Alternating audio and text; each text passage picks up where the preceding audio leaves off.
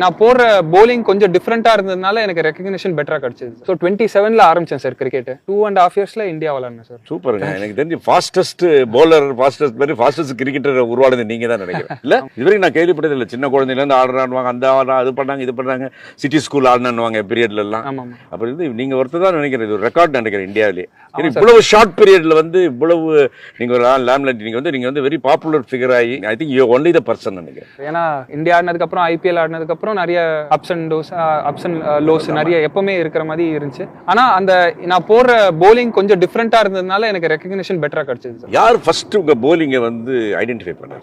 First பாத்தீங்கன்னா KP Arun கார்த்திக்னு Madurai பேந்தர்ஸ்ல ஒருத்தர் இருக்காரு. அவர் பார்த்தாரு. அதுக்கப்புறம் தினேஷ் கார்த்திக், அவர் கேகேஆர் டீம் கேப்டனா இருக்கும்போது அவர் பார்த்தாரு. அவர் பார்த்துட்டு அபிஷேக் நாயர்னு அப்போ வந்து கேகேஆர் அகாடமியோட பேட்டிங் கோச்சா இருந்தார். அவருக்கு என்ன சஜஸ்ட் பண்ணாரு. இந்த 3 பேர் பார்த்து இது பண்ணாரு. பவுலரா வந்து கண்டுபிடிச்சாங்களா ஒரு பேட்ஸ்மேனா? சார் ஃபர்ஸ்ட் பேட்டிங் எல்லாம் ஆடிட்டு இருந்தேன். Batting, fast bowling, wicket keeping எல்லாம் பண்ணிட்டேன்.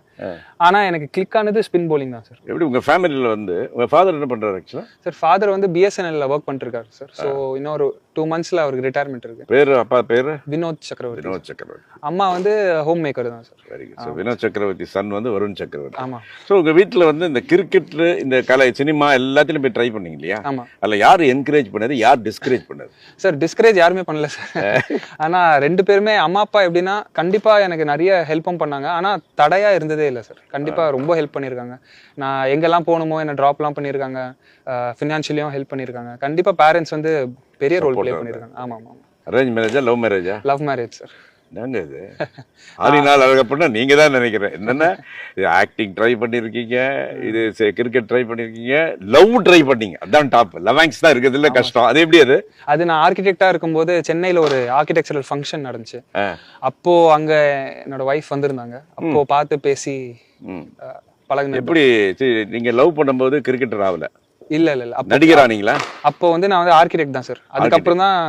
அதுக்கப்புறம் தான் அவங்க சப்போர்ட் பண்ணாங்க சார். சோ நடிகரும் ஆகல, கிரிக்கெட்டர் ஆகல, ஒரு ஆர்கிடெக்சரா வந்து காதல் மலர்ந்தது. ஆமா. சோ பையன் பிறந்த சந்தோஷத்துல நிறைய விக்கெட்லாம் எடுத்திருக்கீங்கன்னு நினைக்கிறேன்.